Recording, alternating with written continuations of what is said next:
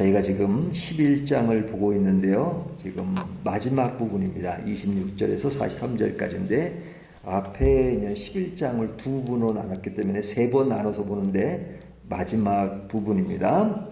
그 앞에 부분과 지금 부분이 이렇게 이어지면서 무슨 이야기를 하고 있느냐 하면 크게 두 가지 이야기를 합니다. 1절부터 13절까지는 솔로몬의 타락 이야기를 합니다. 솔로몬이 완전히 타락하죠. 타락하는 내용을 보게 되면 이방의 많은 여인을 사랑했다. 그렇게 이야기합니다. 이방의 여인이 뭐 엄청나게 많죠. 700명, 첩이 300명 뭐 이런 얘기 하잖아요. 다 이방에서 데려오고요. 근데 그들이 여자만 오는 것이 아니라 그들이 올 때는 그 나라의 우상을 가지고 옵니다.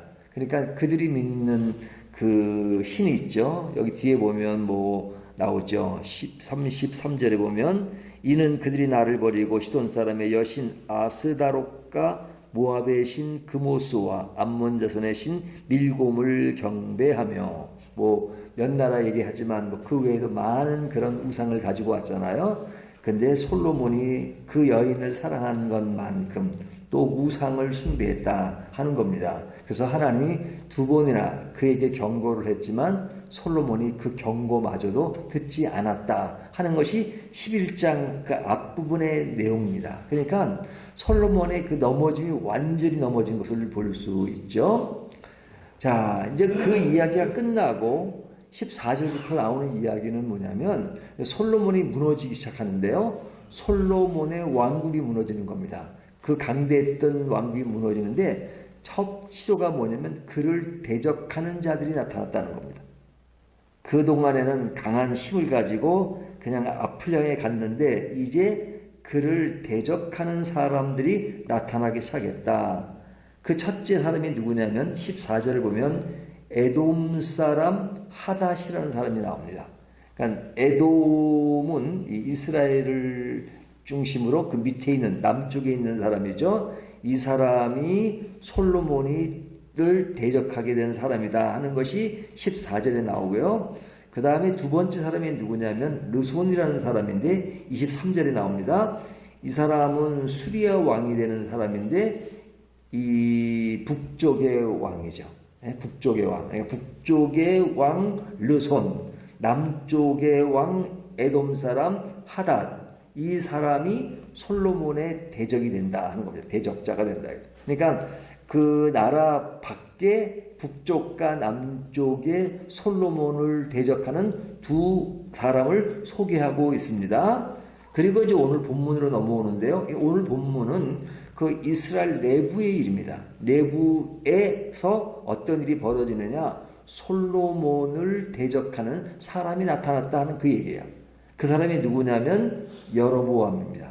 그러니까 앞에 두 사람은 그 나라 밖에 북쪽과 남쪽에 대적하는 자가 나타나고 지금은 그 내부에 솔로몬을 대적하는 사람이 나타났다 하는 겁니다. 이 세 사람의 이야기를 하고 있는데 뭐 두 사람의 이야기는 지나갔고요. 이제 오늘 본문은 그 여로보암 내부 대적자로 나타난 여로보암의 이야기를 하고 있습니다. 자, 여로보암은 어떤 사람이죠? 우리는 이제 이미 역사를 다 알고 있잖아요. 자, 솔로몬 이후에 나라가 두 개로 나눠지죠. 그래서 솔로몬까지를 단일 왕국이라고 합니다. 사울, 다윗, 솔로몬 해서 하나의 나라, 단일 왕국이라고 하는데 솔로몬 이후에 나라가 두 개로 쪼개잖아요. 그래서 북쪽을 북이스라엘, 남쪽을 남유다 이렇게 말합니다. 그런데 북쪽의 초대왕이 누구죠? 오늘 본문에 나오는 여로보암입니다. 여로보암이 솔로몬의 신하였는데 그가 왕이 되는 겁니다. 그리고 남쪽에는 그 솔로몬의 아들 르호보암이 아들이 이 왕이 됩니다. 그래서 나라가 완전히 이제 두 개로 나눠져요. 그래 나라로 나눠진 나라로 지속되다가 이제 세월이 지나서 BC 722년에 북이스라엘은 아수르에게 망합니다. 그리고 밑에 유다는 BC 586년에 바벨론에게 망합니다. 망한 그 유다는 바벨론의 포로가 되어서 70년 생활을 하다가 돌아오게 되죠. 이것이 이스라엘 역사의 구약의 중요한 부분들인데요. 자, 결국은 솔로몬 이후에 나라는 쪼개져서 그런 길을 가게 됩니다. 그러니까 솔로몬 때는 얼마나 부강했어요. 막 그 기사를 보면 금이 얼마나 많았는데 남아도로 갔다고 할 정도였고, 그리고 그 강한 군사력과 힘이 있었는데 무너질 때에는 그냥 쉽게 무너지는 것을 볼 수 있죠. 그런데 이 나라가 두 개가 쪼개지는데 그 북이스라엘은 그냥 왕이 수시로 바뀝니다. 왕조가 바뀌는 거죠. 그러니까 그 같은 그 혈연으로 이어지면 하나의 배로 이어지지만 쿠데타가 일어나면 또 왕조가 바뀌고 그래서 여러 왕조 속에서 아주 불안한 가운데 북이스라엘이 유지가 됩니다. 하지만 그 와중에 남이스라엘, 남유다는 그냥 솔로몬 이후에 그의 아들 르호보암에 이어서 제일 마지막 시드기야까지 그냥 한 개의 왕조로 이어져요. 그러니까 그거는 유지가 되죠. 그래서 다윗의 왕조가 계속 이어집니다. 이것은 무엇을 말하냐면 하나님의 심판이 이루어지는 중에서도 그냥 하나의 그 왕조가 계속 유지되는 것은 그런 심판 중에도 하나님의 은혜와 하나님의 구원의 손길이 계속 이어지고 있다는 것을 보여주는 것이죠. 그래서 하나님이 이스라엘을 완전히 버린 게 아니라 그런 가운데서도 뭔가 하나님의 그 언약의 약속이 유지되고 그리고 인간을 구원하시는 그 하나님의 손길이 계속 유지되고 있다는 것을 보여주고 있어요. 그래서 열왕기 상에도 보면은 계속해서 솔로몬 왕이 망하고 그리고 그 이어지는 이야기를 할 때 솔로몬은 하나님의 말씀을 듣지 않았다. 그리고 너희 왕조가 무너진다라는 이야기를 하지만 솔로몬 당대 이후에 이루어지는 것은 다윗 때문에 너희 아버지 다윗이 그래도 하나님의 말씀을 순종했기 때문에 내 때는 그래도 놔뒀다가 다음 때에 그렇다 이렇게 말씀하시잖아요. 그리고 다음 때에 나올 때도 늘 얘기가 나올 때마다 초점이 어디를 향하냐면 다윗을 향해요. 다윗이 하나님께 순종하고 다윗에게 그 약속한 그 언약을 하나님은 실행할 것이다. 그래서 이스라엘과 유다 왕의 그런 악한 왕들이 나타나지만 그러나 모든 초점을 늘 다윗에게 모아요. 그러니까 성경의 의도가 있는 거죠. 그 다윗에게 집중하는 이유는 뭐냐면 다윗을 통해서 오실 메시아에 대한 그런 줄기를 계속 예고하고 있는 것이죠. 그러니까 하나님의 손길은 이어지고 있다. 악한 왕들이 하나님을 불순종하고 세월은 악하게 가고 있지만 그러나 하나님의 언약의 약속은 계속 이어지고 그 언약의 약속에 마침표를 찍을 수 있는 예수 그리스도가 오신다 하는 것들을 계속 이어나가고 있는 것이죠. 그런 의미에서 열왕기상은 계속 진행되고 있습니다. 자, 오늘 본문은 여로보암 얘기가 주를 이루니까요. 여로보암이 어떤 사람인가 하는 것을 좀 살펴보죠. 26절을 보면 솔로몬의 신하 느밧의 아들 여로보암이, 자, 여로보암은 누구라고요? 솔로몬의 신하였다 이죠. 신하였지만 이제는 나중에 왕이 되는 사람이죠. 이 사람은 26절을 보면 스루 아나니아의 아들이고 그의 어머니는 과부더라 이렇게 말하죠. 그러니까 홀 어머니 밑에서 성실한 삶을 살았습니다. 굉장히 부지런했죠. 그래서 28절을 보면 그가 부지런하다는 것을 이야기합니다. 이 사람 여로보암은 큰 용사라. 솔로몬이 이 청년의 부지런함을 보고 세워 요셉 족속의 일을 하게 하였더니, 지금 솔로몬이 지금 하고 있는 일이 있는데 그 27절에 보면 솔로몬이 밀로를 건축하고, 그래서 그 성읍이 무너진 부분이 있는데 그것을 수리하고 있고 또 수로를 만드는 그런 일이 있는데 사람들이 많이 이렇게 동원되고 있는 거죠. 근데 이 여로보암에게 뭘 맡겨요? 그 요셉 족속의 일을 감독하게 했다. 그러니까 각 지파마다 이렇게 이제 일을 하는데 요셉 족속이에요. 근데 이 여로보암은 어느 족속이죠? 에브라임 족속이죠. 근데 에브라임 족속은 사실은 요셉 족속이에요. 요셉 족속이라고 없죠. 예? 지파 중에 보면 12지파 중에 요셉 지파 이렇게 없잖아요. 하지만 지파는 총 몇 개라고요? 12개지만 자세히 들여다보면 13개예요. 13개입니다. 왜 13개냐면 땅을 12개로 나눠주지만 레위 지파에게는 분배한 땅이 없잖아요. 그래서 한 지파를 더 만든 거예요. 그 지파가 뭐냐면 요셉 지파 아들 에브라임과 므낫세에게 지파를 2개로 나눠줍니다. 그래서 에브라임 지파가 있고 그 다음에 므낫세 지파가 있는 겁니다. 그런데 이 여로보암이 어떤 지파라고요?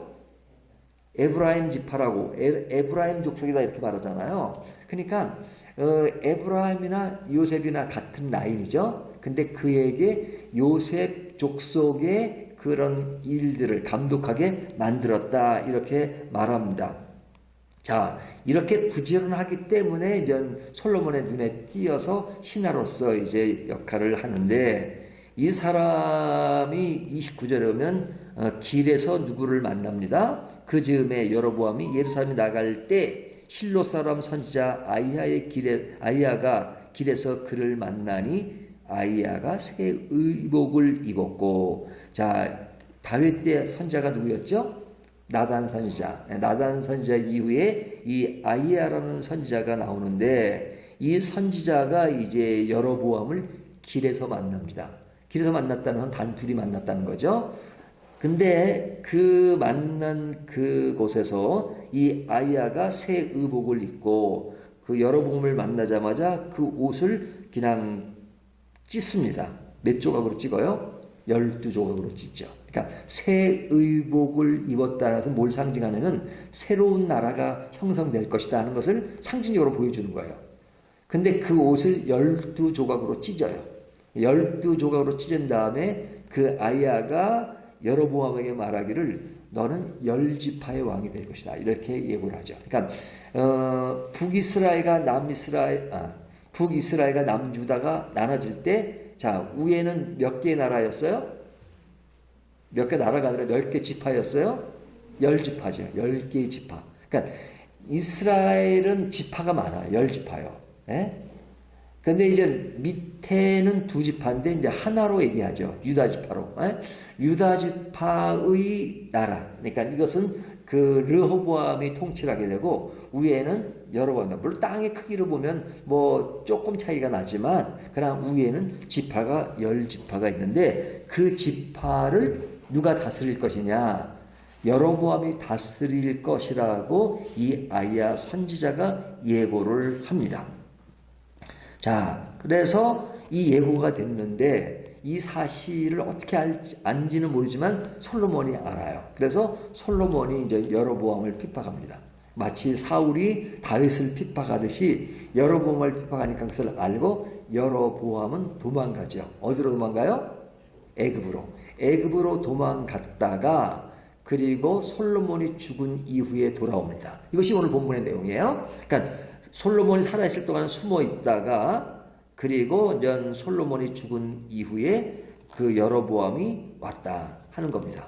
자, 이 이야기가 제가 다 읽지는 않지만 그 이야기가 지금 오늘 본문에 다 들어가 있는 겁니다.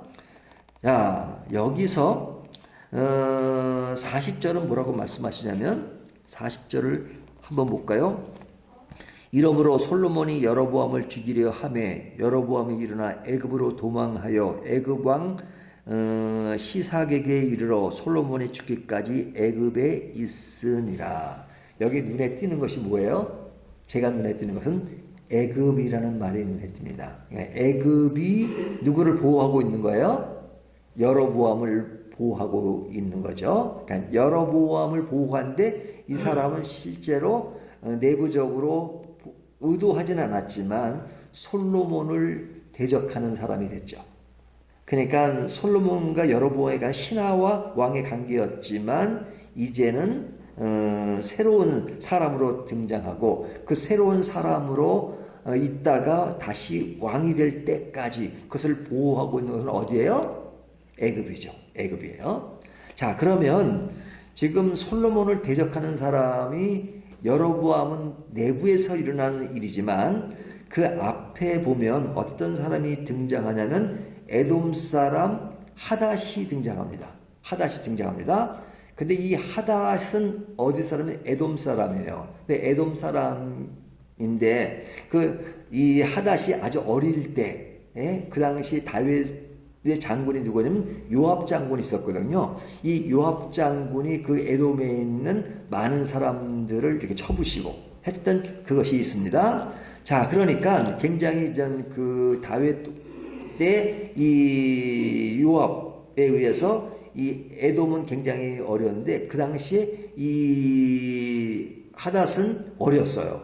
그래서 그가 어디로 도망했냐면 그 애굽으로 도망을 했습니다. 애굽에 숨어 있었어요. 근데 이제 애굽에 있은 어린 시절을 보내고 이제 성장을 했죠. 근데 이제 그가 이제 애굽 왕의 눈에 들어서 애굽 왕 바로가 그를 자기 아내의 동생에게 장가를 보냈어요. 그럼 어떤 관계가 되는 거죠? 바로 왕의 아내의 그 동생이면 처제죠. 처제에게 이제 그 사람과 하닷과 결혼을 시킨 거죠. 그러니까 그 바로 왕과는 어떤 관계가 된 거예요? 동서관계가 된 거죠. 동서관계. 그래서 이 사람이 동서관계로 이제 많은 그 나라에서 그런 부를 누리고 그랬다가 이제 자기 땅으로 돌아가서 왕이 됩니다. 그러니까 이 사람의 모든 어려움 속에서 그 어려움을 지켜준 것은 누구예요? 애굽이죠. 애굽이죠. 그러니까 솔로몬을 대적하는 사람 중에 한 사람 하닷의 그 보호처는 애굽이었어요. 다시 여로보암으로 가면 여로보암이 솔로몬에게 쫓길 때 그를 보호했던 그 지역은 어디였어요? 애굽이었죠. 애굽이었어요. 그럼 애굽을 강조하는 이유가 뭐냐? 솔로몬이 정치를 하면서 어디와 친하게 지냈죠? 애굽과 친하게 지냈죠. 그래서 그의 아내 3장에 보면 그의 아내가 누구였어요? 애굽의 딸을 자기 아내로 삼고, 그죠? 그러니까 애굽과는 굉장히 가깝고 바로의 딸과 결혼했어요. 그런 가운데서 이스라엘이 유지가 되었어요. 그리고 11장에 오면 이 솔로몬은 이방 여인들을 많이 사랑하고 그리고 그들의 신을 믿었다 하는 것을 강조하고 있잖아요. 그러니까 이 예레미야 열왕기상을 기록한 예레미야 선지자를 통해서 자꾸만 강조하고 있는 것은 뭐냐면 솔로몬이 부강하고 굉장히 강하지만 그는 하나님을 전적으로 믿었다라는 것에 강조점을 두기보다는 하나님에 대한 인식과 하나님에 대한 사랑도 얘기하고 은혜도 얘기하지만 곳곳에서 솔로몬이 누구를 더 중요하게 생각했느냐? 자기의 부와 자기의 정적인 힘과 그러면서 어디를 지향하고 있었느냐? 애굽을 지향했다는 걸 강조한단 말이죠. 애굽을. 애굽을 지향한 하나님보다 애굽의 강조점을 더 주는 것이 기록에 많이 나타나는데 그가 무너질 때 그 무너짐에 대항하고 대적자가 되는 사람들은 어떤 사람들이에요? 그들의 어떤 밑바탕에는 누가 있어요? 애굽이 있잖아요. 애굽이 있잖아요. 그러니까 애굽에 중점적으로 그에게 관심을 가졌던 솔로몬에게 결국은 그를 대적하는 사람은 누구의 밑바탕을 둔 사람들이었어요? 애굽의 바탕을 둔 사람이었다. 그러니까 자기가 지향하는 곳에서 자기가 망한다는 말이 될 정도로 지금 애굽을 지향했던 솔로몬은 애굽의 대적자들에 의해서 그의 인생은 마무리가 되고 물론 그들에게 죽는 건 아니지만 결국은 그의 인생의 마무리가 그렇게 끝나버린다는 것을 본문이 이야기하고 있죠. 자, 그렇다면 이 말씀이 주는 교훈이 너무너무 크죠. 인생 마지막이 주는 교훈이 무엇인가? 우리가 인생을 그동안 잘 살아온다 하더라도 그 마무리가 중요하잖아요. 마무리가 좋지 않으면 그 앞에 있었던 것이 다 무너져 버리는 그런 인생의 비극, 인생의 슬픔, 인생의 너무 안타까움을 자아내게 되잖아요. 어찌 보면 시작도 좋고 중간도 좋고 마지막까지 좋으면 좋죠. 하지만 굳이 출발이 중요하냐 마지막이 중요하냐 그러면 사실은 마지막이 더 중요하죠. 안타까운 이야기지만 예수님의 옆에 강도가 두 사람 있었잖아요. 한 사람의 강도는 뭐예요? 그 평생 강도로 살았어요. 뭐 강도라고 표현했지만 그냥 아주 정치적인 그런 사람이었죠. 그런데 마지막에 예수님 옆에 십자가를 옆에 지고 예수님이 그를 향해서 낙원에 함께 이르라 하는 말씀을 하시잖아요. 그렇다면 어떤 사람들은 아유 나도 그 사람처럼 세상에서 타락했다가 마지막에 그냥 한마디에서 구원받아가지고 그렇게 천국 갔으면 좋겠다라고 말하는 사람들인데 그거는 진짜 은혜를 몰라서 하는 얘기인 거예요. 하지만 그냥 예수를 잘 믿는 척하다가 그냥 마지막에 그냥 다 져버리고 그냥 하나님을 안 믿는 것보다는 차라리 그냥 둘 중에 하나를 택하라면 마지막을 믿는 게 낫긴 낫죠. 하지만 그것도 사실은 슬픈 거예요. 우리가 처음부터 잘 믿고 잘 자라고 내 평생의 삶이 하나님 안에 있다는 것이 얼마나 행복한 겁니까? 우리가 어떤 결론에 도달하는 것도 중요하지만 결론에 이미 은혜를 입은 사람이 삶의 영역에서 아름답게 살아가는 것, 그 안에서 진짜 행복을 알고 살아가는 것이 중요하죠. 하지만 솔로몬의 상해를 보면 안타까운 부분은 마지막이 너무 좋지 않았다는 거예요. 근데 그가 관심을 가졌던 애굽에서 그의 대적자들이 있다는 것, 그것은 인생의 마지막이 얼마나 중요한가 하는 것을 교훈하고 있습니다. 우리의 인생 마지막을 또 다시 한번 생각하면서 우리의 인생을 더 아름답게, 더 기쁘고 더 즐겁게 만들어가는 저와 여러분이 되시기를 주님의 이름으로 축원합니다.